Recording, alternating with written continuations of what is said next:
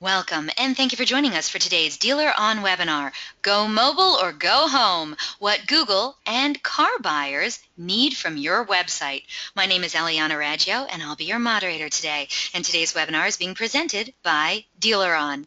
And for anyone who isn't familiar with DealerOn, well, we're an award-winning website development company and digital agency, best known for our amazing SEO, the absolute best customer service, and the highest converting website designs in the industry, including the brand new Chameleon responsive website platform. We're so committed to lead conversion, optimization, and customer service that DealerOn is still the only company in the industry brave enough to offer a money-back lead guarantee program. So does your website company guarantee you a 50% lift in leads or your money back? Well, maybe you should check us out at our gorgeous brand new DealerOn website at DealerOn.com. Hey, I also want to let you know that DealerOn is going to be exhibiting and presenting at the upcoming Digital Dealer Convention in Orlando. So if you're going to be there, you got to stop by our booth. It's booth 401. I'll be there, so come on by and say hi. We have the best booth around, and while you're getting your digital dealer on, please check out the speaking sessions from these amazing DealerOn executives. Remember, it's booth 401, and I can't wait to see you there.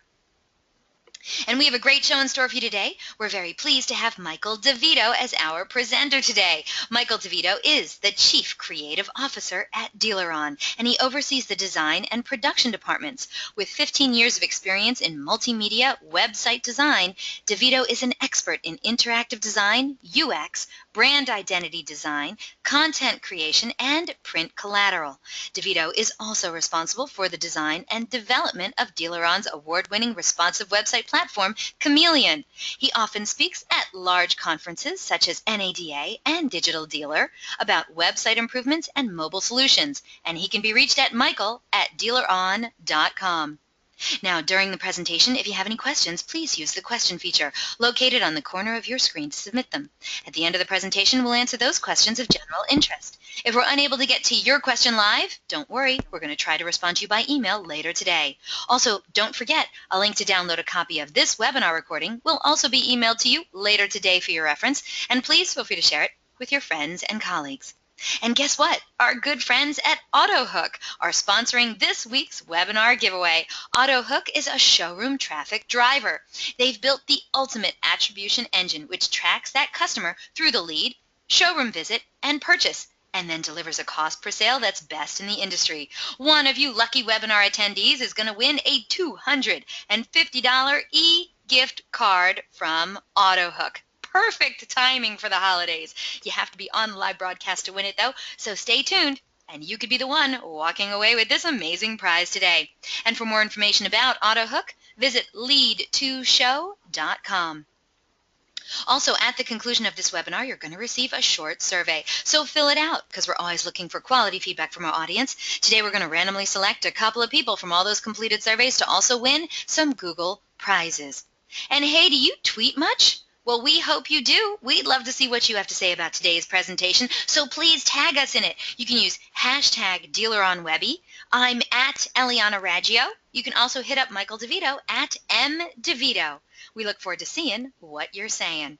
So let's get started. Let's learn what Google and car buyers need from your website.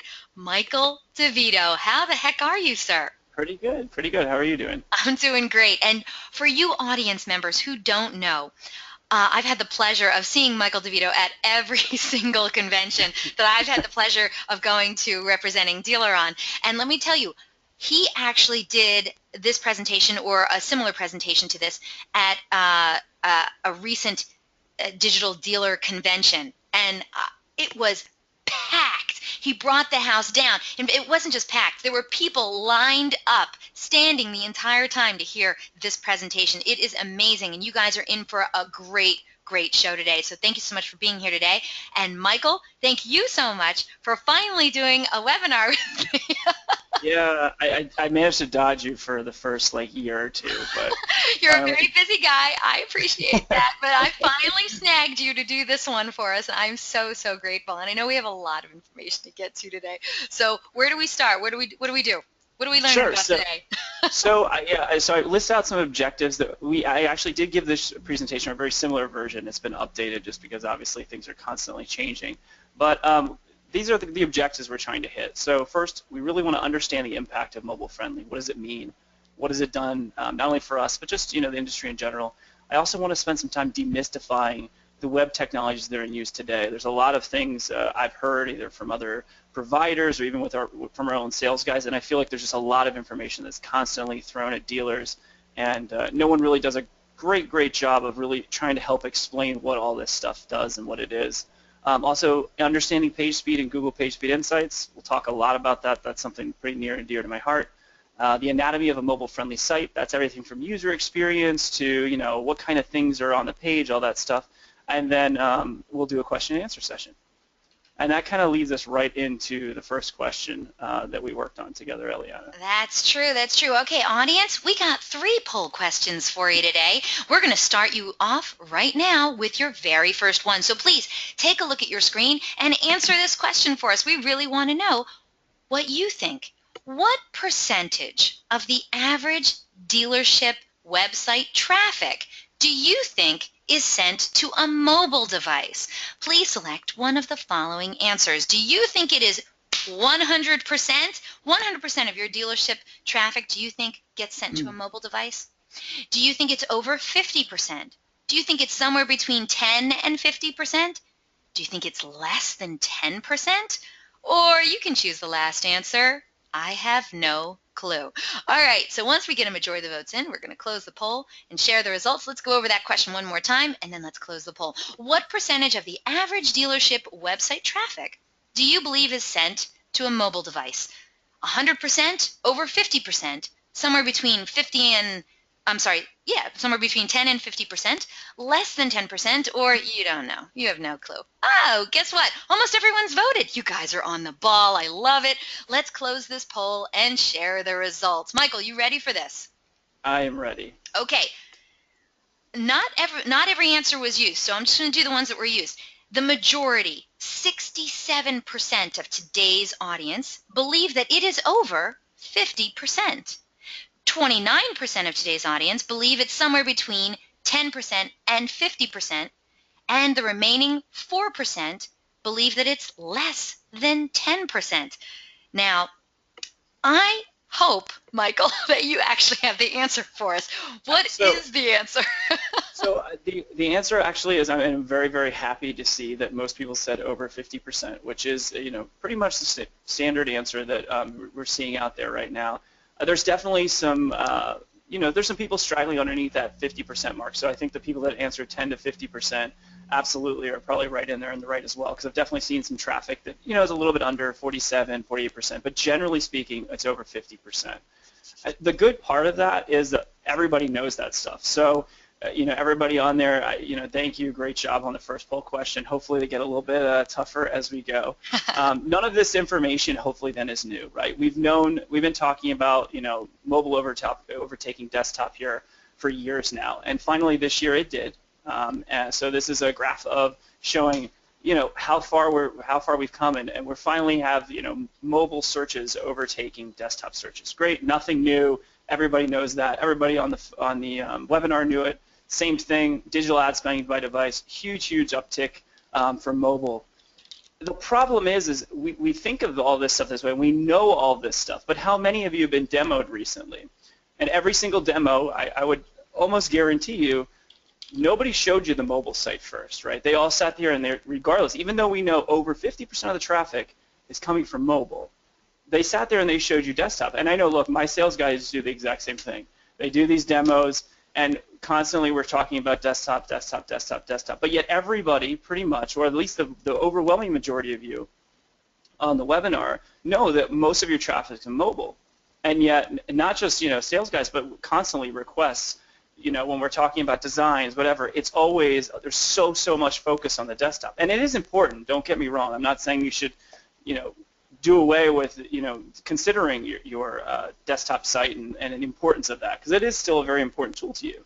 But a lot more focus needs to be placed on mobile, and so I'm happy you guys are all here. So what was the significance of April 21st? I'm sure most of you, if you don't know, that was Mobilegeddon. It was, highly, widely actually reported on.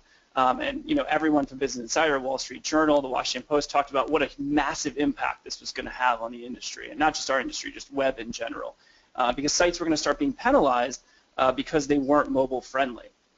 And honestly, everybody did a pretty good job of getting in line. It was actually surprising because I was definitely one of those people that thought this was going to be have this massive impact. And it turns out, look, everyone got in line, and as you can see here, this little mobile-friendly tag, and that's what they started marking, so that you knew, your site's mobile-friendly.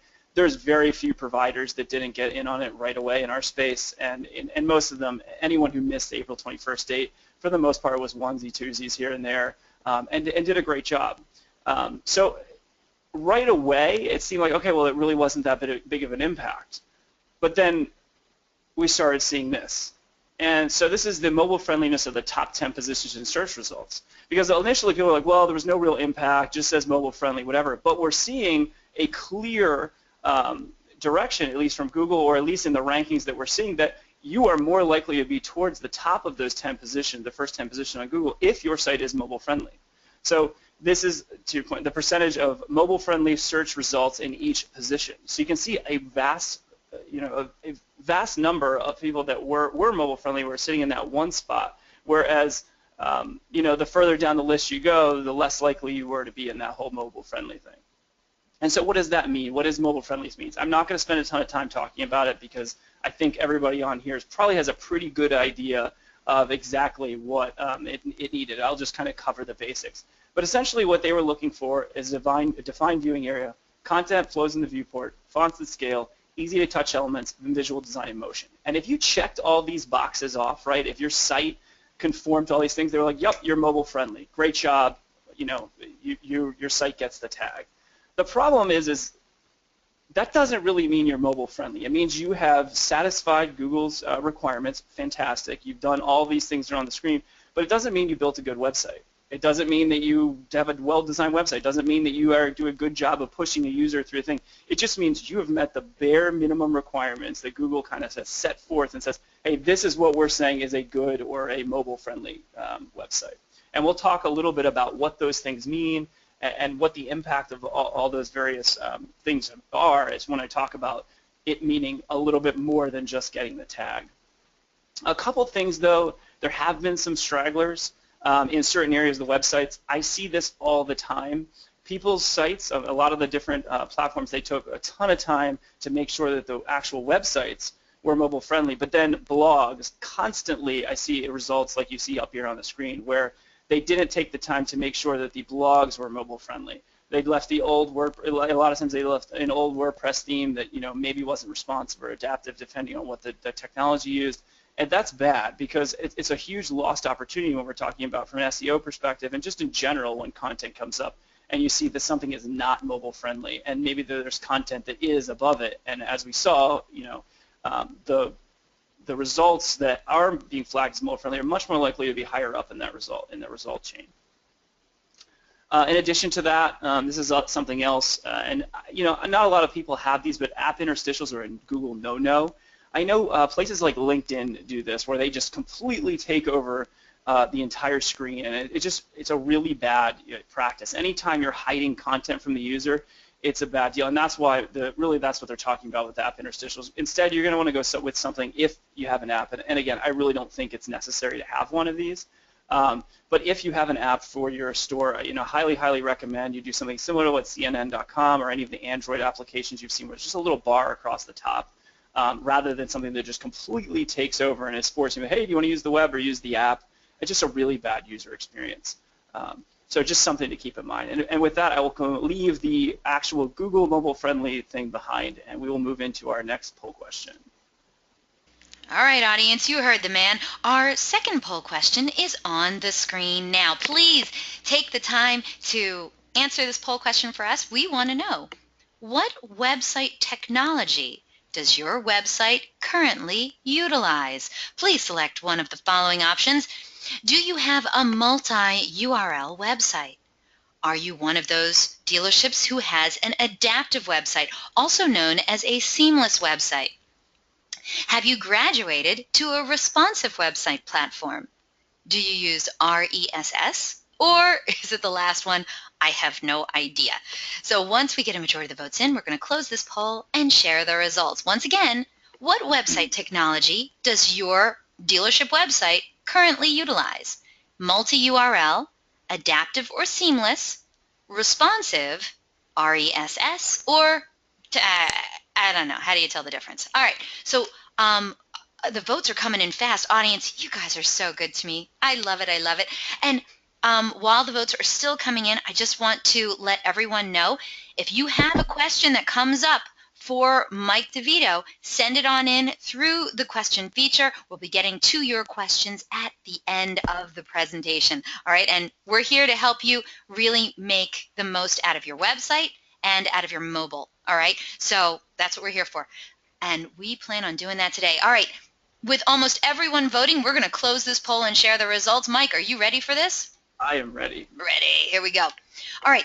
12% of today's audience say that they have a multi-URL website technology right now on their website. All right. That's only 12%.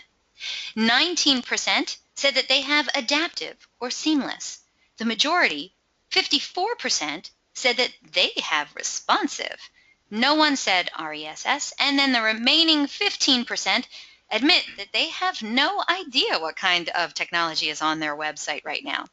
Michael, does that help you out? That does help me out, because we're going to actually talk about responsive and RESS. I mean, we're going to talk about all the web technologies in general, but the good thing is, for most of you, you guys are probably you're in pretty good shape, and especially for any of you that are responsive, most likely you actually are RESS as well, whether or not you know it or not. And so with that, I'm going to talk a little bit about these technologies. I will not beat a dead horse on these, because I know that there's been a lot of discussion about these various technologies.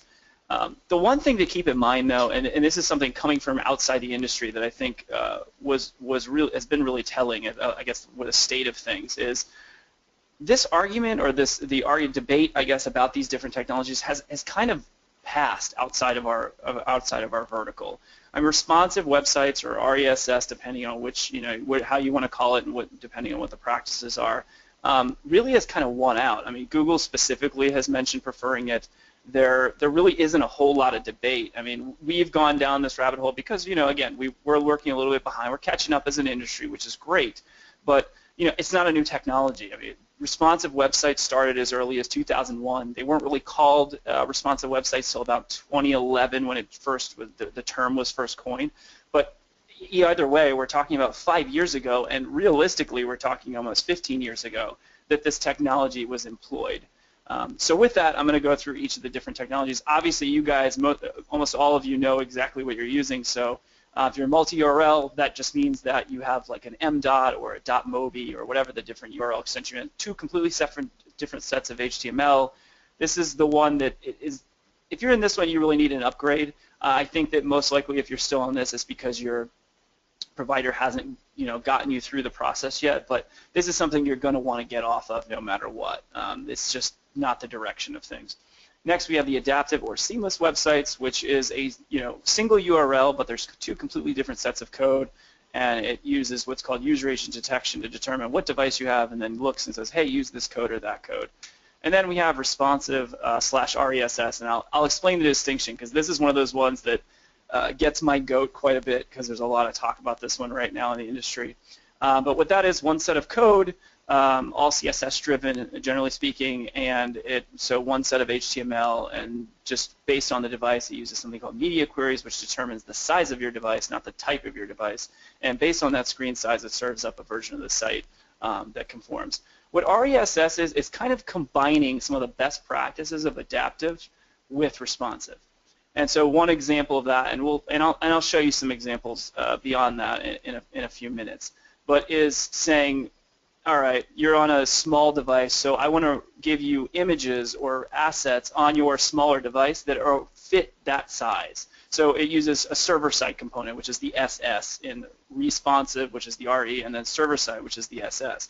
So it's a great practice when we're talking about that kind of stuff. I would venture to say that almost every provider, and us included, that is saying that they have a responsive website is also utilizing server-side components. That said, I know there's a lot of chat out there like, we're the second gen or new gen, and a couple of the providers are going out there pushing that they use RESS, and the implementations vary, but generally speaking, regardless of which one of the providers you're on, whether it's DealerFire or DealerOn or Dealer Inspire or DEP or whoever, they're probably utilizing RESS even if they're calling it responsive. But just getting that out of the way. Again, this was a quote from Google: Webmaster Tools user agent detection redirection is error prone and can degrade your site's user experience. What they're referring to when they talk about this, and this is specifically aimed at adaptive websites, is there's always a possibility that when user agent detection happens, that the wrong version of a website could be shown.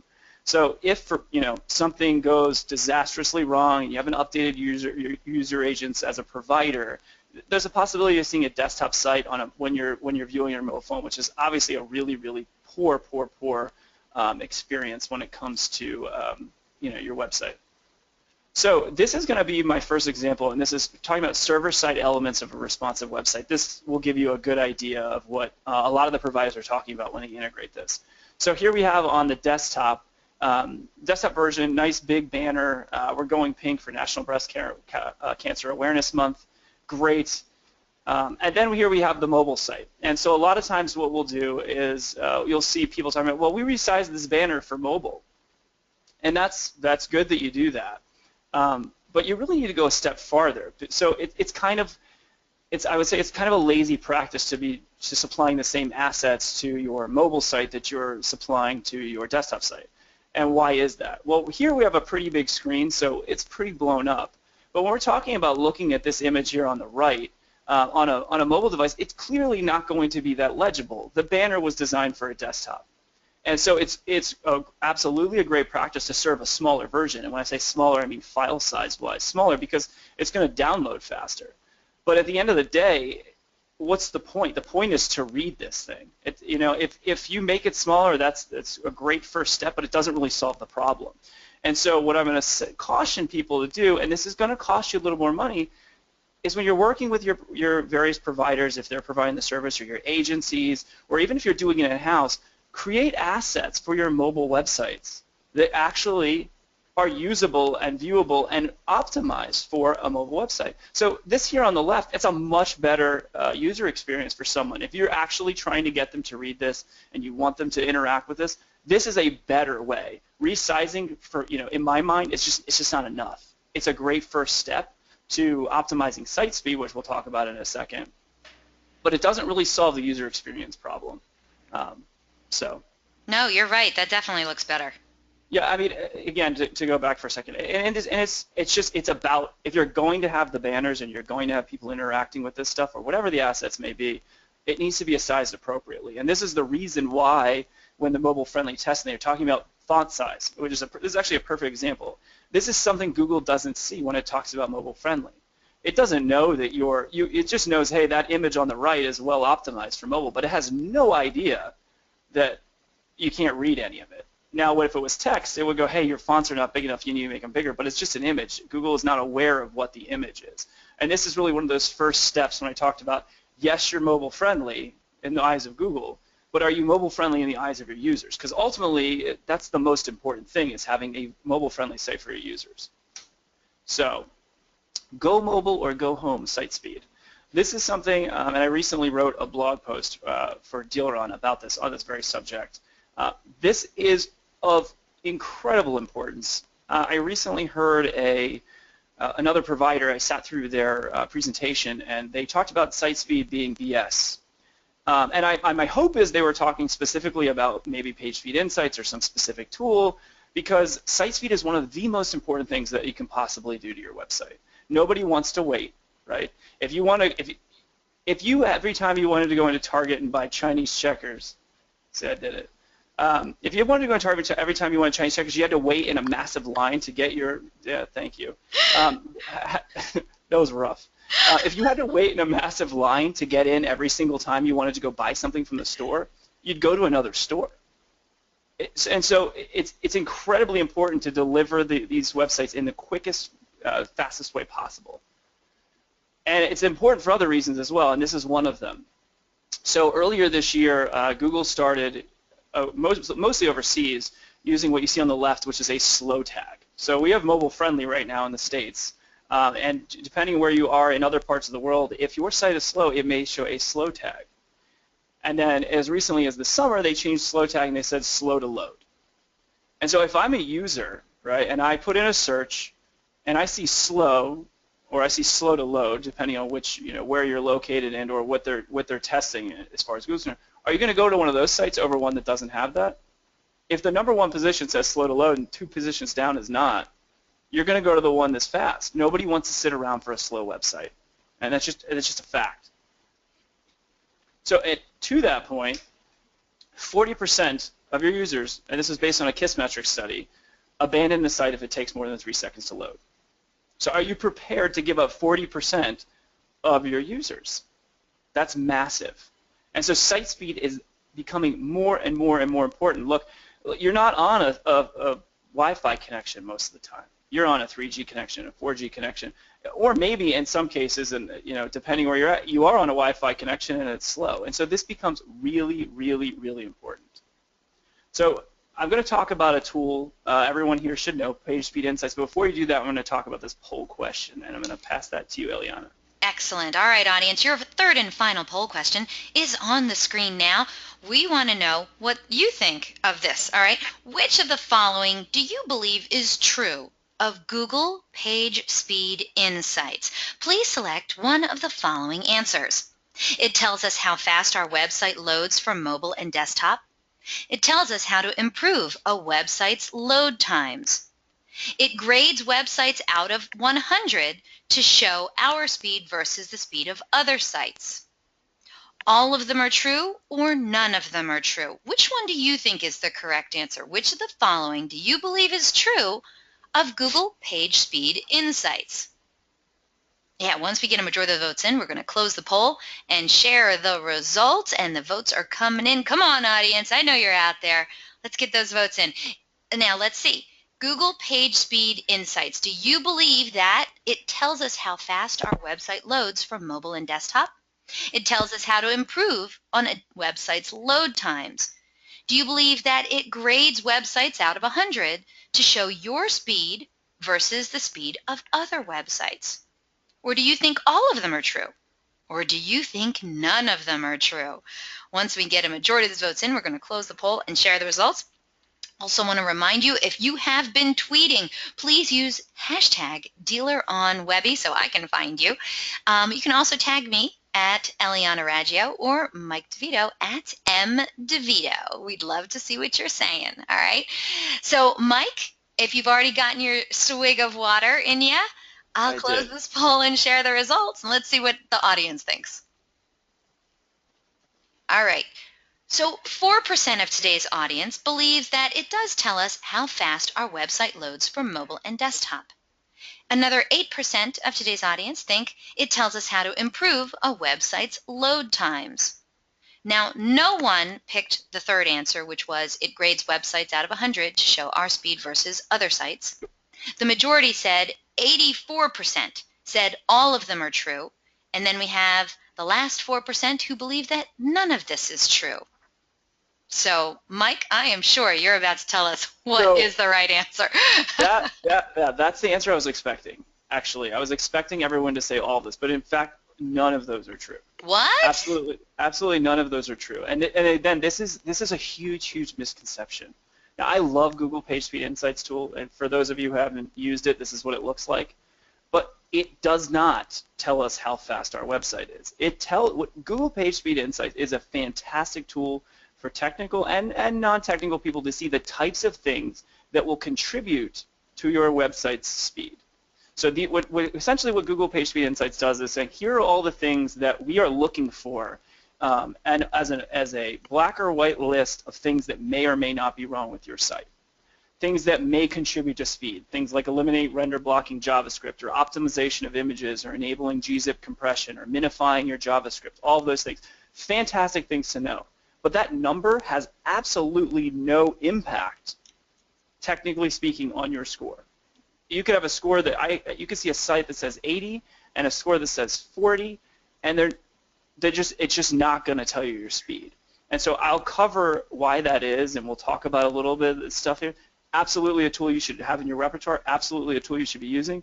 But I knew that that was going to be the answer going in because I get email after email after email. Our support team gets email after email after email asking, hey, why is my score only a 65 out of 100? Why is my score only a 70 out of 100? Because there's a lot of things out there. There's a lot of providers out there saying, oh, you need to be at 80 plus. You need Google, even in some cases, even Google's like, hey, look, we're really looking for an 80 plus. But if you look at the major sites out there that, Amazon, Toyota.com, tons of them, they're sitting there, they're doing about as well as dealers are, sitting around a 40 and a 50. I mean, Google, the site for PageSpeed Insights, the one that tells you how to optimize your site, does around a 56. So the score is not how fast your site is, and we'll talk about that. But the important part is Google's asking you, you want to deliver and render the above the fold content, which is what ATF means, in under 1 second, which allows the user to begin interacting with the page as soon as possible. And really what that means is get the user something as quickly as possible that they can start using. It doesn't mean the thing is completely 100% loaded, it just means visually complete. So here I'm going to talk about why Google PageSpeed Insights doesn't mean how fast your website is. So this is the current state of automotive site speed scores. And as you can see, 75% of the dealers are red. That means they have a score below a 65, a 65 or below, I think, is red. 25%, I'm sorry, it says below 65. 25% of dealers are yellow, and essentially no dealers above 80 for mobile. Now that's not entirely true, and it is possible, and I'll show you. But this is a great example of why this is not true. So here I have 4 different sites. And all 4 of these sites scored approximately the same thing, I think right around a 65. But let's look at how long they actually take to load.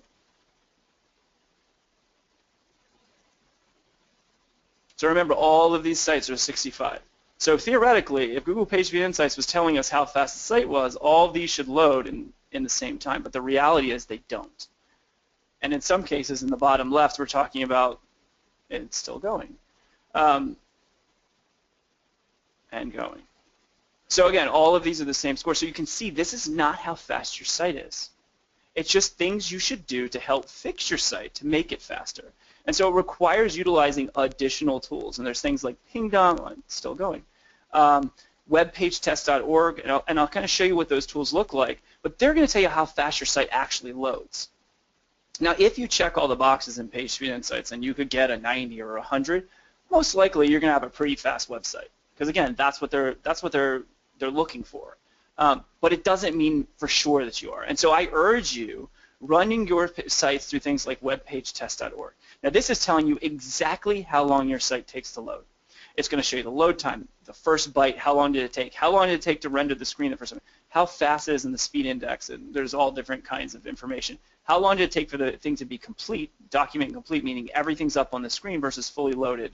Any of the code that's loading in the background, any JavaScript, all that stuff. So this is the information you're actually looking for when you're looking at site speed. And so why is this? Why is Google PageSpeed not speed? So here's a perfect example, right? So if you run this Google PageSpeed Insights, it's going to tell you you need to optimize all these images. And that's a great thing to do. And you should pull it up, and you should absolutely do everything that it tells you because, you know what, there's nothing in there that's a bad practice. It all works. What it's not going to tell you, though, is that, oh, hey, by the way, this image is well optimized, but it's 200 megabytes. Because it's not looking at that. It's just asking you, look at it, Google PageSpeed Insights as a punch list of things that you should probably do, okay? So here's an example, right?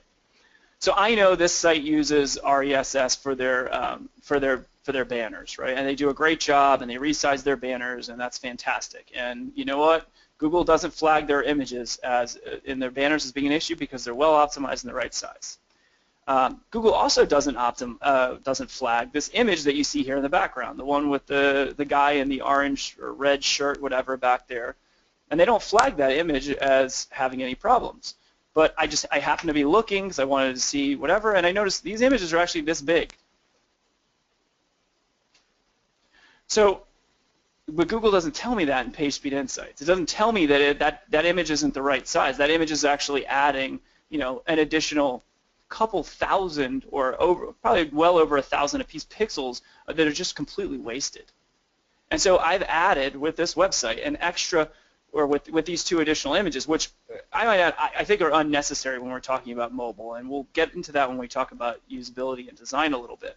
But you're adding around 1 meg to 2 megs worth of additional download because you have these images back there, which did not get flagged by Google PageSpeed Insights again, which is going to lead to a slower load time. Huh.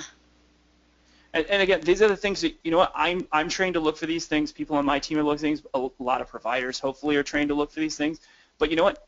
A lot of you guys are not. And that's okay. I mean, this is a pretty, big thing. But this whole image, even though you only need this sliver of it, is loading on mobile. And it's clogging down how long it takes for your site to load. So this is the other thing, a big one. A lot of times people, they're talking about their scores, and this is one of those ones that oftentimes we have no control over, which is third-party plugin tools. I mean, they can cost you 40 points of speed score on a mobile site. Beyond that, and again, much more importantly, they will cause you actual site speed, and by that I mean load time. Anybody who is touching your website, I don't care if it's you guys, I don't care if it's a provider, if it's an agency or a third party, you need to hold them responsible for your site speed and how fast it loads. And to me, the saying that, oh, well, page speed's BS, that's not enough, right? When I say page speed's BS, I hope that provider meant PageSpeed Insights is BS, but even that's not really true. You need to hold them all accountable. They need to be on the ball with this stuff because every single thing you do here and every single thing that gets added to your website is adversely impacting your conversion rate, or it could be, maybe plus or minus. It could be good or it could be bad, affecting your conversion rates, your load times, all that stuff. And so you guys need to be the police for your website. You need to be the advocates. And, your provider should be helping you as well identify this stuff, especially if you go out and ask. I mean, I spent a lot of time actually consulting on this exact kind of stuff with our dealers, and I assume a lot of the other providers do as well. But definitely run your sites through web page tests, run your sites through Google PageSpeed Insights, but again, understand what it is you're looking at. That said, high site speed score is possible. There's value there for sure because it means that, you at least have a good baseline. So like, for example, I know a baseline site that we put out that doesn't have any, extra third parties or any additional bloat that might get added, it's going to have a good baseline. So I know I'm going to get a good load time out of it because this score is indicative of, all right, you're doing most of the things right, and then we go back in afterwards. But again, not the end-all be-all. Don't chase the score. You should be chasing the actual speed, not the score. So go mobile or go home conversion and usability.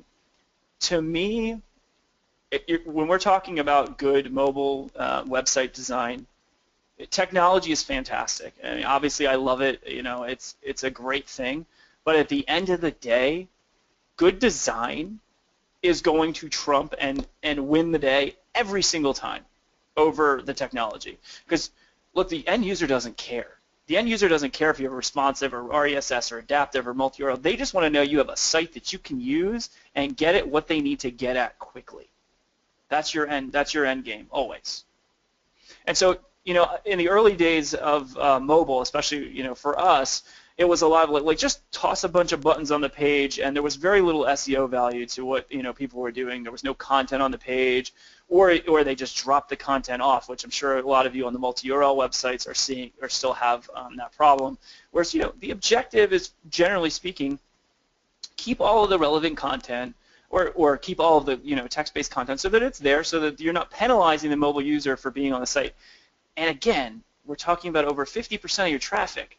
So to me, you need to really focus and hone in on your mobile website design.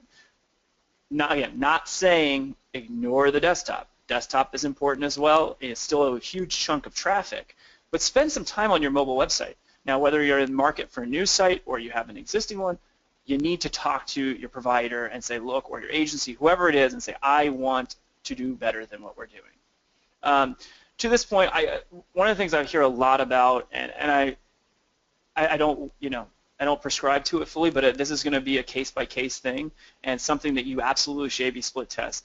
Is I've heard a lot of people go, oh, well, we need every phone numbers. Like you see on the example on the left, you have new use, service, parts, blah, blah, blah, blah. And I realize you guys are doing call tracking, and you want to know who's calling who and everything. But the end goal of your website is to make it easy for your users. right? Don't make them think. Get them to the website and go, hey, I just want to call somebody. Click call, click to call, click to call, click to call. Done.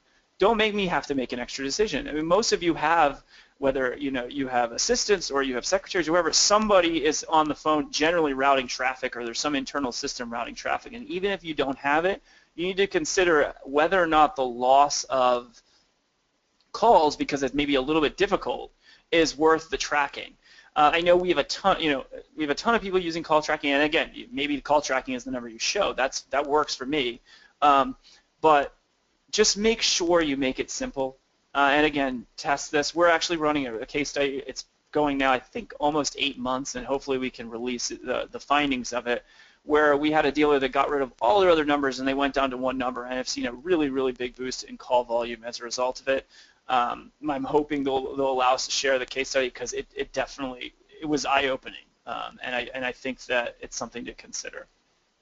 So, since we, as DealerOn, have switched over to our responsive site from our multi-URL site, we saw 103% uptick in organic search traffic.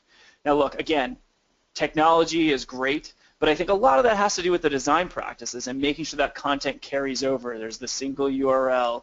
It helps for indexing, all that stuff. So there was been a huge advantage, at least to us and our customers and people that have been on it, as far as their search traffic volume, organic search traffic volume is concerned.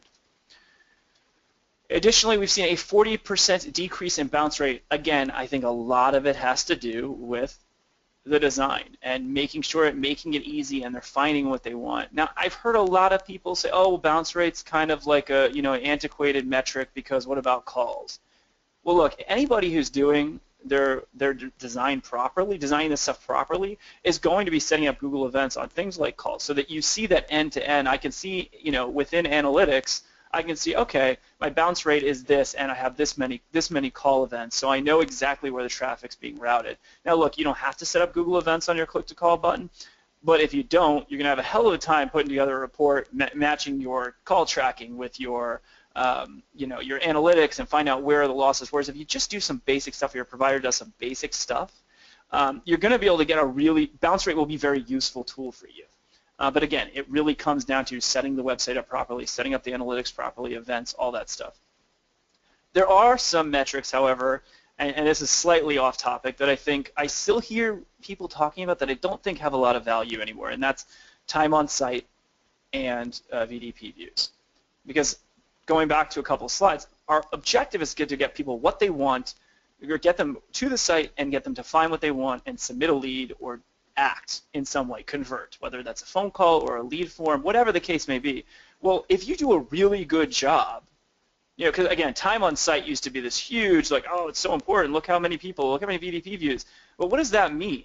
To me, it means you got them to your site and they couldn't find what they were looking for, so they had to spend a long time to get there. Or they couldn't find what car they were looking for, so they looked at a bunch of VDPs. I mean, maybe they're shopping. There's something to that potentially. But to me, it's how quickly do they go from site to lead, right? That's the most important thing. So those sort of metrics are somewhat outdated in that way. Optimize inventory search and vehicle details pages. This is something that is really, really important, and you want to make sure you are delivering a experience that is very easy on a handheld device. Big picture, easy to make decisions, minimize call to actions. Again, this goes for desktop and mobile. I still see a ton of people focusing on and creating all these calls to action and clogging up their VDPs and SRPs with third-party plugins and lead capture tools and whatever. And look, the more stuff that you throw at the user, the harder it is for them to make a decision, and the harder it is going to be for you to get that lead, or at least a lead that you're actually going to want. Schema and rich snippets are a mobile must. So I'm not going to talk too much about Schema. Hopefully you guys, this is really not something that you probably are going to have a whole heck of a lot of control over on a platform level. What Schema is, specifically schema.org, or structured data. What that is it is data that you plug into your platform, whatever, so maybe on your VDP or your hours and directions page, whatever, and you're explicitly telling Google, this is what this is. This is an auto dealer and this page is a product, and these are all the details of the product. They've actually even rolled out car schema, so I can get as granular as it is this specific car, this specific VIN, this is the color, description, all that stuff. And so what you're doing is you're allowing Google to not have to guess. It's saying, hey, this is exactly what it is. And that's more and more important, especially because recently, I think there was a Search Engine Land article about a month ago where they talked about Schema was going to start becoming um, a explicit ranking factor for Google. So not having it is going to start to become an issue. And while again, you can't probably do a ton about it with your current provider, other than to make a stink if they're not doing it properly. When you're talking about landing pages and anything you're paying an agency for, whether it's blog posts or whatever, they absolutely 1,000% need to be doing this. It should be, especially as it becomes a ranking factor, and just like keyword stuffing from that was a huge issue a while back. Oh, come on. People are still doing keyword stuffing. Come on. They still do. They still do. And I think Schema is also going to have the same thing. They're talking about penalties for too much Schema or not using it properly. So I guess now I'll get to the point of this slide, which is there's 13% lift for rich media results in position 2 over non-rich media in position 1, and this is fantastic. Schema also generates what's called rich snippets, and for those of you who don't know, if you look at this right here, well, look, I used the highlighter. So that's nice. Right here, that's good work right there, babe. See? Good work. Highlight. I'm an expert highlighter. So you see the reviews, which are coming from, in this particular case, they're pulling in Edmunds reviews, but it doesn't matter. It's marked up with Schema. It's got the price ranges, all that stuff. And so what this is saying is that if you're in position 2 and you have structured data or rich snippets showing versus position 1, you're getting 13% lift in your CTR. And in fact, according to, again, I believe it was a Kissmetrics study, 25% increase in click-through rate if you have rich snippets versus not having it. That's massive, massive. Because you're giving the user an opportunity to see more of what's on that page. You're giving them more information before they go in. So theoretically also, when you get that click, it's much more likely to be quality traffic that's coming to your site. So this is structured data testing tool. I urge you guys, go back when you get a chance after this presentation, toss your VDPs in here, make sure you are seeing product or car or vehicle schema in here. You don't want to see a lot of repetitive information. Make sure you don't see a lot of repetitive information. Website schema, auto dealer schema. Again, this is I need to get rid of this pen, huh? This is specifically, that was a mistake. Erased all drops. Here it is, right over here. This is explicitly telling you exactly how your website is marked up. And so I urge you to go back, make sure that your provider is doing this. If they are not doing this, you need to be in their ear. If they're doing it incorrectly, you need to be in their ear. If they're not doing it, I would strongly, strongly, strongly consider switching providers. I would also look at any of you who are maybe paying for conquest pages or model research pages. If you do not have structured data and you are paying an agency or you're doing them in-house and you don't have it, please, please, please do yourself a favor. Call your agency, call your provider, talk to your in-house team, and say, hey guys, we need to be doing this, because it is a huge missed opportunity and you will be at a distinct strategic disadvantage if you do not do it. Okay? So moving in, go mobile or go home, Google AdWords. So mobile AdWords is your biggest marketing need, right? So this is an example of, and I'll talk about the third option, which is the dealer listing ads, of some dealers who actually put in, and this is the importance of it, specifically for mobile, put their branded search in for their actual dealership and do not show up. In fact, other dealerships show up above them because they paid for their listings. And I'll show you the results of a case study we did, but this is a huge missed opportunity. You absolutely, and hopefully most of you are doing this, need to be bidding on your name. You should not be losing out on build page. Now, yeah, you know what? You're gonna be paying for some calls that really were intended to go directly to you, and that kind of stinks, obviously. But at the same time, right now you're giving up calls potentially to your competitors if you're not doing this. So make sure you are doing this. In addition to that, here over on the right, you have what's called dealer listing ads, which I believe they started rolling out or started testing anyway in 2014, but are doing now. This again is a paid service, I believe, and you need to make sure that your paid search provider is doing this for you, because they are going to show this pack of dealer listing ads. And again, if you're not paying, you're not going to show up. And if you don't show up, you're giving away traffic or leads or missing out on some sales to your competitors. So DC area study of Toyota dealers and mobile site. out of 18 dealers within a 20-mile radius, only 6 dealers bought their own name and showed first. That is horrible.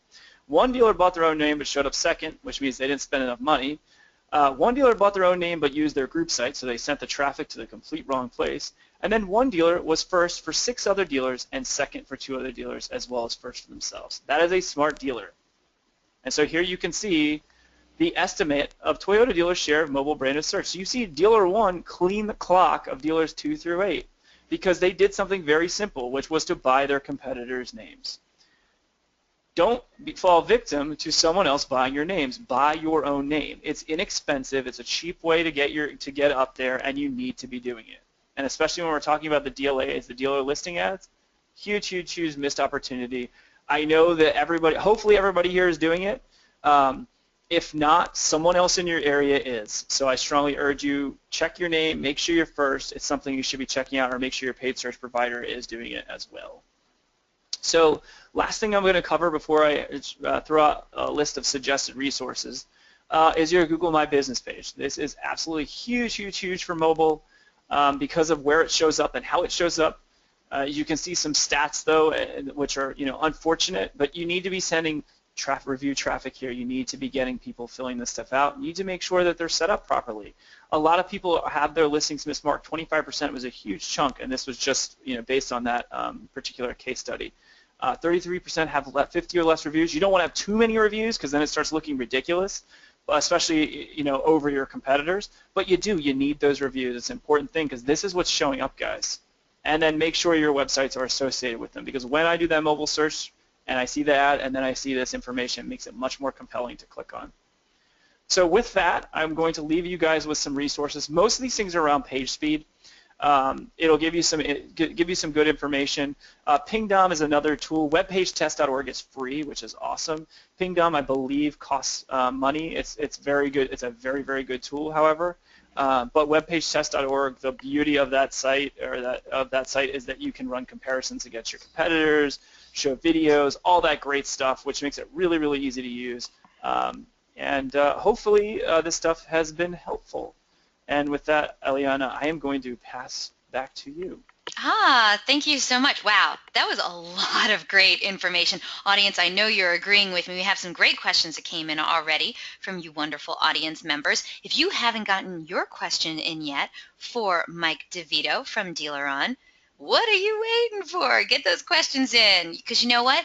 He really, really is an expert, and as you can see, he has a lot of great information that comes directly from Google. So if you want some help on how to make your website and your mobile site perform better, this is the guy you're going to want to ask. Trust that, okay? So get those questions in. We're going to get to those in just a moment.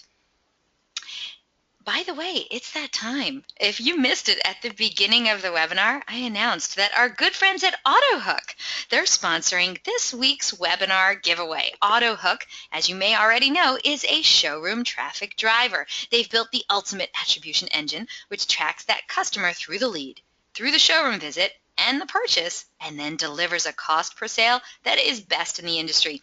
One of you lucky webinar attendees is going to be winning a $250 e-gift card from AutoHook. So get ready, get to your keyboards. First one to write in the correct response is going to be winning this awesome prize today. It couldn't come at a better time.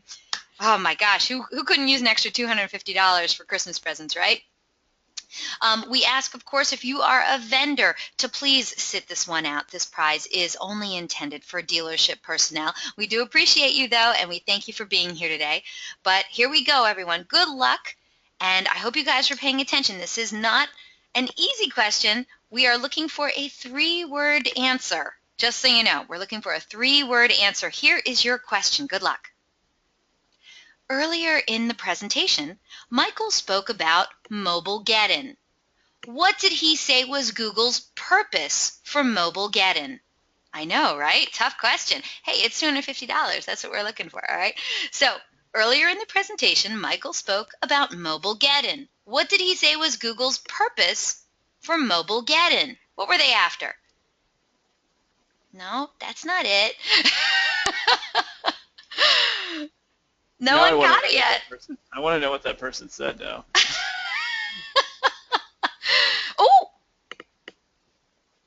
Oh, I think I'll take that one. That one's definitely. Before I say who the winner is, Bruce, aren't you a vendor? Bruce, if you're a vendor, you can't win. I'm sorry, buddy. Bruce, I'm talking to you. Bruce, write on in. Let me know if you're a vendor. Not a vendor? Hey, Bruce Hartz, you're our winner today. Bruce, you're our winner.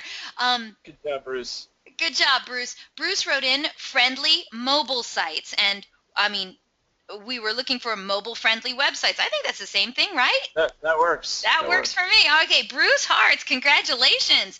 Bruce, I always thought you were a vendor. What do I know? Bruce, write on in. Let me know what dealership you're from, my friend. You are today's DealerOn giveaway winner. You have yourself a $250 e-gift card from our friends over at AutoHook. Congratulations. Use it in good health, my friend. And he is with Bob Bell Nissan Kia. Congratulations. We had some other great answers, but the one we were looking for was about mobile-friendly websites. So congratulations, Bruce. Of course, thank you all for playing along. We do appreciate you. And don't worry if you didn't win today. We give away cool prizes every week. So come on back for another DealerOn webinar. And who knows, that could be the day you walk away with a really cool DealerOn webinar prize. Thank you again to Bruce for winning today's prize. Thank you everyone for playing along. And of course, we got to thank our good friends over at AutoHook for their incredible generosity.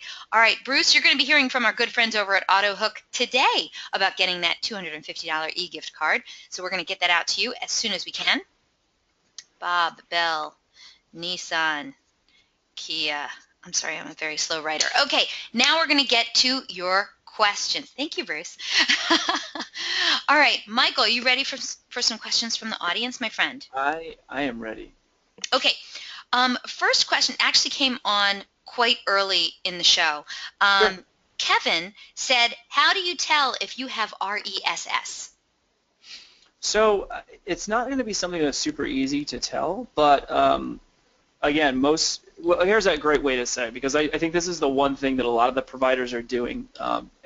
Now, again, keep in mind that some of this is going to be based on whether or not you're uploading banners and have alternate versions and whatnot, but I know one easy way to tell with a lot of the providers is if you were to look at their homepage banners on desktop, you can right-click View Image. Maybe it's assuming that they're if you're adaptive, you're fine. You're going to have the images being resized almost certainly, but even that's not a sure thing. But basically, you can right-click, view the image, see what the size of it is, and then if you size down to mobile, maybe refresh your page at that size and do the exact same thing. Right-click, view the image. I'm sorry, if Mac users have no idea how you would view the image. But you can view the image and see if it's a different size. That's one way to tell. Any provider that has in their backend anything that restricts something to like say, hey, look, this is only use this on mobile or only use this on desktop, most likely they're going to have it. It's not a super easy thing to identify if you don't know where to look, though, or you don't know what to look for, and it really is going to vary platform to platform on that. Huh. Okay. Hopefully that was. If you have any specific questions and you want to reach out to me, I can definitely let you know if you have one or you don't have one, or if there's elements that you should have or shouldn't have. I'm definitely super available for any of those kinds of questions offline. Very cool. All right. Thank you so much, Kevin, for the great question. All right, Michael, your next question comes to you from Andy. Andy says, does Google care if you have click to call?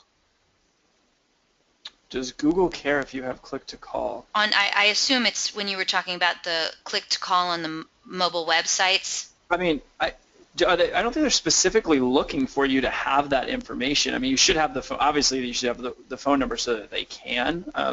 It's not something that they're necessarily looking for. Obviously, they're going to source that information from a number of places, whether it's Google My Business page or whatever. But whether Google cares or not, you absolutely should care. So it doesn't have to say click to call. I mean, it can be the phone number, but it's that link and having that number is of critical importance to your dealership, obviously. But for where it's sourced, no, that's not not a problem. There is the knowledge graph, which populates on the right-hand side. Usually it's when you see, on your search engine results page, you'll see down the right-hand side your dealership information and maybe some reviews and some pictures, and that's usually sourced from the Google My Business page, which the phone number would be pulled from there, from your My Business page. Gotcha. Okay. A great question, Andy. Thank you so much, Michael. Your next question comes to you from Terry. Terry says, is there a better tool than Google Page Speed Insights? And I think he wrote that in before you went on to some of those other things, but... Sure. No, but that's fine. I mean, there's a tool, I believe it's called YPress, which is a plugin for Firefox that also does some diagnostic. There's a bunch of diagnostic tools. But as far as, Google's Page Speed Insights is a fantastic tool. It's just knowing what it's for, like I talked about, right? It isn't a measurement of your speed. It's a measurement of the things that you should be doing that will most likely net you a fast website. But it just doesn't it doesn't really paint the complete picture.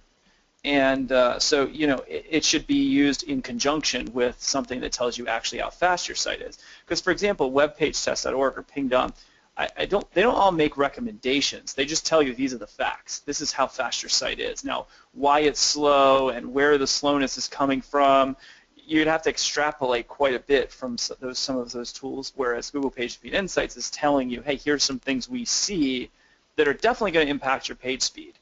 But they don't tell you, again, there's a lot of insight beyond that that's required. Gotcha. All right. We're just going to get through these last handful of questions, and then we'll close out the show. We're going to be ending pretty much on time, but if you haven't gotten your question in yet, get it in soon because we will be closing out the show, okay? So your next question comes to you from Tim. Tim says, is page speed measured under optimal conditions?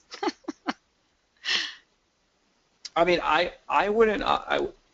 I would get a good sample size, right? And because even if you run your things through any of these tools, whether it's Google Page Speed Insights, which obviously is not page speed, but or page test, whatever the case may be, you're going to want to run it a few times, and you're going to get varying results.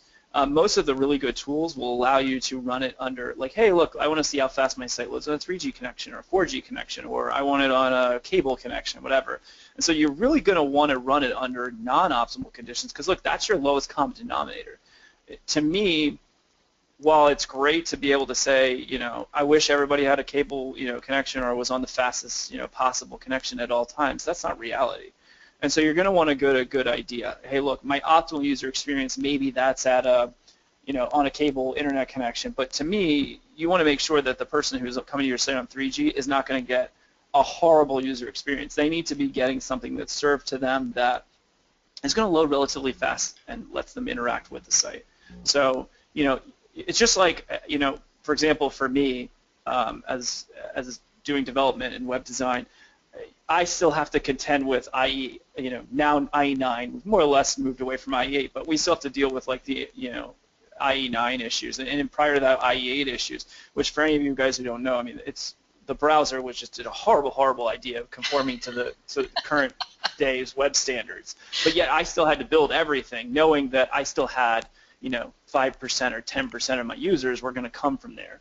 And so if you risk alienating users if you don't at least consider them when you're talking about page speed as well. So what you're saying is you don't like Internet Explorer? Here's the thing. The old versions are horrible, but the latest version, Edge, is actually pretty good, the one that comes with Windows 10. Yeah, it's called Windows 10. The Edge is pretty good, and the later versions are not overly problematic, but honestly, if I had to really say, if I'm talking modern browsers, probably Safari is my least favorite of the bunch, because it has a lot of really odd behaviors, whereas 10 Windows, or IE 10 or Edge rather, got in line with Chrome and Firefox and Opera and is much better as far as the web standards are concerned, whereas Safari just does some crazy things, especially on desktop. There you have it, people. Don't use Internet Explorer if you can help it. All right. Thank you so much, Tim. Great question. We have another one coming from you in another minute or so. Before we get to your other question, Tim, I want to point out this comment that Darwin wrote in. Darwin said, because he was hearing you talk about how dealers are really messing up what they're doing with their phones and picking up the phone numbers and using the tracking numbers and how disjointed it is. And Darwin was hearing all of that. And Darwin wrote and he said, yes, I call on dealers daily. It amazes me the phone issues I encounter with them. Some dealers have multiple phone numbers depending on where you access them from to track their traffic. But one may be expired on Google, and then you need to go to their site and try a different one. Or they just go to one individual and you have to hang up and call a different number. It's not very customer friendly. I think one number with a well-trained receptionist adds professionalism to the experience. Most salespeople are prepared to handle the phone beyond a sales call, nor do they care to. Oh, most people are not prepared to handle a sales call, nor do they care to. So that's a great point, Darwin. Darwin has great points. Full agreement. Okay, so I know you talked about it a little bit, but let's just spend another couple minutes on this. If you, Michael, you own a dealership now, and you have to decide what to do with these phone numbers. You hear that tracking the phone calls is a good thing to do. Recording those calls, great thing to do. But how do you balance that with what you need to do to get the most you can out of Google and get that traffic to your website? So for my money, similar to what Darwin pointed out, I go single phone number, local, and even if it's a call tracking number, I don't care if it's a call tracking number. I mean, obviously, you just need the same number across the board. So if you're going to have a call tracking number, you want it to be a local call tracking number. That's a huge, huge issue, and Greg Gifford will kill me if I don't say that. I know he will. Yes. So you absolutely want it to be a local number, and you want to own it so that from a citation perspective, and by that I mean all the listings you have across the internet all have that exact same number, so that there's definitively your listing and this phone number is tied intrinsically to your dealership. Now, obviously, there's going to be some ads that you run that are going to have Google call tracking numbers and whatever, and that's but they're ultimately going to forward to your call tracking number or whatever number you have for the dealership. But anyway, I would have one number, make it easy, make it super, super easy, and they call in, and then you have a receptionist who is trained to say, hey, what are you calling for? And that's a great user experience. That's a great way for me as a consumer to be greeted, and a soft handoff to somebody else who, to me, it just makes a ton of sense. And it's not like it's uncommon. I mean, look, if you were to call a department store, or you call any of those places, that's how all of them have worked for years and years and years and years and years. And yet we're sitting here going, well, you need to make the decision. Do you want to call parts service? Do you want a used car or a new car? And I realize that they're kind of different departments within the dealership, but to me, it's a missed opportunity across the board and a failed user experience to go too crazy and include too much for the user to do or think about. There you go. Darwin, thank you so much. That was great insight. We really appreciate it. And he says, thanks for the shout out. Hey, you're welcome, man. Come on back to another DealerOn webinar, my friend. All right. I want to get to this question from Marianne. She says, does Google care if you use a tracking number or on a mobile website, a non-local or a 1-800 number? So it's kind of like what you just kind of covered, right? Sure, yeah. I mean, I would defer to our in-house SEO expert, Greg Gifford, on this, but I know he speaks goes to great lengths to talk about the importance of local numbers, and especially from a local SEO perspective. So it is absolutely important that if you are going to do call tracking, you have a local call tracking number, because you need to be able to, the way that local search works and the importance just can't be overstated. Excellent. And last couple of questions before we close out the show. First one comes to you from Martin. Hey, Martin, how you been? Martin says, who should be in charge of rich snippets, SEO provider or website provider? Or us? Great question. Great question, I think, I know. Ultimately, to me, it's up to you it's going to be up to you. It's your dealership. It's your, it's your thing to police what's happening. But the way that most of this stuff works, and it really depends on a page. So, for example, when we're talking about SR or VDPs, for example, because that's all going to be coming from the dealers or the provider's platform, and going to be marked up based on how their internal team thought it was best. Now, I know in my case, I've had to update it at least 6 or 7 times in the last year because it keeps changing, and now they recently just rolled out the whole car schema, and so it gets really, really granular. But so to me, it depends on the page. So if it's a custom page you're building, then absolutely whoever's developing that page for you, whether it's your SEO company or whether or not it's your provider, they should be the ones responsible for that stuff. And to me, again, this should just be an automatic these days for most of this stuff, and it's not always super relevant. Look, not everything is going to get marked up with schema because sometimes it's not as relevant, but there is a type of schema for everything. So article is a schema type. So if you're writing an article for a blog post, it probably should have it. If you're an auto dealer, there's an auto dealer schema. It should be used. If you're talking about a specific product or comparing one vehicle to another, writing reviews, events. Events is another one I see missed all the time. In fact, if you actually search for automotive webinar, or free automotive webinar, or whatever, you'll see, I think it's the first or second result will be the DealerOn webinar. Sweet. And you can see and you can see right in there, in our search results page, you'll see the schedule for the upcoming webinars, and that's because we've marked it up with schema, or structured data rather, so it will show. So especially if you're a dealership doing events, all that stuff, absolutely put that stuff in there, because it's one less step for the consumer to have to take to see what you're doing. Just by searching for your dealership or searching for the event, the main event, they're going to see the other events you do without all those additional clicks that are needed. So I know that kind of doesn't entirely answer the question, but it really does vary person to person, or I'm sorry, depending on what exactly we're talking about. If you're talking about inventory, you're talking about custom pages, whatever the case may be. But your SEO team should absolutely be super familiar with structured data, and you should absolutely consult with them and say, hey, look, how good of a job do you think my provider is doing at this? And if your provider's not doing a good job, go, hey, look, I talked to my SEO provider, they said X, Y, Z, and then give them an opportunity to well, the reason we do that is because, this, that, the other. Because look, this stuff is not crazy well documented out there, so there's some differing opinions on certain things. But generally speaking, I think it's better when there's a dialogue between all three of those groups to make things better. Great question, Martin. Thank you so much. Great question. All right, last question of the day comes in from Tim, and he says, he's totally putting you on the spot, by the way, Michael. I'm just going to give you the heads up.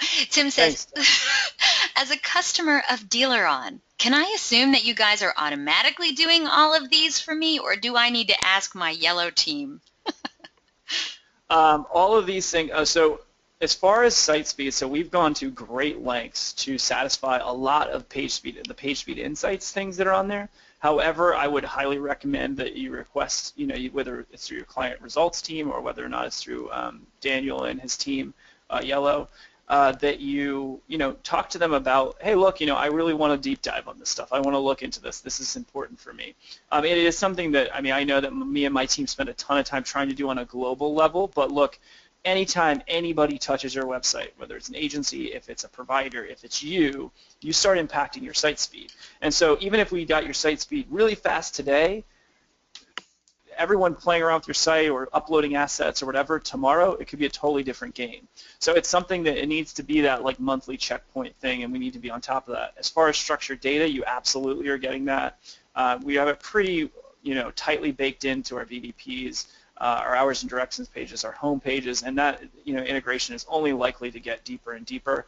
I know that the other providers too, for those of you not with us, are finally doing a pretty good job with it. The thing that I know that a lot of them are struggling with is generating rich snippets out of your inventory and getting you those reviews and things like that. So that's something you may want to push back on, like, hey, why don't I have rich snippets for individual vehicles? If you're using an agency, you're doing model research pages, run those through the structured data tester. Are you getting those? Are you getting good results from that kind of stuff? So yeah, hopefully that helps, Tim. Thank you so much. Great presentation, Michael. Thank you so much. I love webinaring with you. Do I have to wait another 2 years before I get to webinar with you again? Yeah, we'll see. I hope not. Thank you, everyone, for showing up. I appreciate it. It was, fun. All right, and we'll be seeing you at the upcoming Digital Dealer Convention, right? You're going to be talking? Yep, absolutely. What are you going to be talking about? More mobile. It'll be probably, I mean, there'll be some overlap with this presentation, obviously, but just because some stuff's changed a lot, some stuff hasn't changed much, it will not change at all. But it's always one of those things where my presentation goes all the way up to, the last day before I give it, just because the stuff's changing so frequently. I mean, last time I had to add in the dealer packs because I had watched a Google speaker and they went into great depth about all this stuff, and I was like, wow, okay, this is more than I thought it was, and so we had to add some of that stuff in. So it's always changing. There's always going to be room for new stuff, which is awesome. So By it's the also way, I think that let me tell you, audience, he was up changing his slide deck right up until a few minutes before we went live. But I do want to let you know, we did actually put Michael's slide deck into the handouts feature of the GoToWebinar interface. So you'll see it on your interface. If you click on the handouts section, the little plus next to the handouts section, you'll see the slide deck in there. So you can download it directly from there. You have another couple minutes before I close out the webinar to do so, unless you've already done it, of course. And, of course, I got to remind you that we've recorded this webinar, and you will be getting a link to that recording in just a few hours. And the recording is also going to be posted online within 24 hours. All you have to do is go to DealerOn.com/webinar and click on the link on the right-hand side for on-demand webinars. And that's right, it'll be at the top of the list. So just in case, that's where you'll be able to find it. Also, when this webinar concludes in just another minute, you're going to get a short survey. We want to know what you thought of today's presentation. Please fill out that survey. It's very short, 6 short, simple questions, all right? We'd love getting your feedback. Today we're going to randomly select a couple of people from all those completed surveys to also win some Google prizes. And hey, we want to let you know, DealerOn's going to be exhibiting and presenting at the upcoming Digital Dealer Convention in Orlando. If you're going to be there, I'm going to be there. I'm going to be there, and I'm going to be sitting at booth 401 ready to say hi to you. Please come on by, meet the DealerOn team. We have a great booth, and while you're getting your digital dealer on, you got to check out these great speaking sessions from these amazing DealerOn executives. Remember, it's booth 401, and I can't wait to see you there. And invitations will be going out tomorrow for our next DealerOn webinar. Winning the sale with transparency. Auto shoppers complete most of their research online before they ever connect with a dealership, so by then, they really don't have that many questions. But when they do, are you providing the right answers? Building a marketing plan can be complex, and deciding how to execute that plan with the right tools or partners is an important decision that will have a huge impact on your dealership. Using the right strategy on today's savvy internet car buyers can dramatically increase shopper trust, maximize brand loyalty, and greatly improve customer satisfaction. And according to next week's DealerOn webinar presenter, you can easily get all of that. And all it takes is the right message and a bit of transparency. Are you ready to sell to more internet shoppers and boost your bottom line? Join this eye-opening 1-hour webinar with Bryce Englert, CEO of Trade Pending, as he discusses new studies that examine the modern auto shopper and reveal their needs and perceptions. As support, he'll also take a look at other industries and how they've reimagined their online processes to noticeably improve customer experience. Attendees will draw valuable lessons from these proven strategies that can be immediately applied to websites and business processes. If you're ready to learn about how to win the sale with transparency, then you can't afford to miss this presentation. Register now, and don't forget, DealerOn's weekly webinars are held Thursdays at 12 noon Eastern, 11 a.m. Central, 10 a.m. Mountain, and 9 a.m. Pacific. And we have some awesome webinar subjects planned to close out 2015. But if you have any questions, comments, or suggestions regarding these webinars and our topics, feel free to contact me directly. Again, my name is Eliana Raggio, and I love hearing from you. I'm everywhere. I'm on Facebook, Twitter, Google+. I'm on all the automotive social networks. So track me down. Reach out to me. Email me directly at eliana@dealeron.com. Thank you all so very much for spending this time with us today, and I hope to see you all on another webinar in our continuing education series. Take care.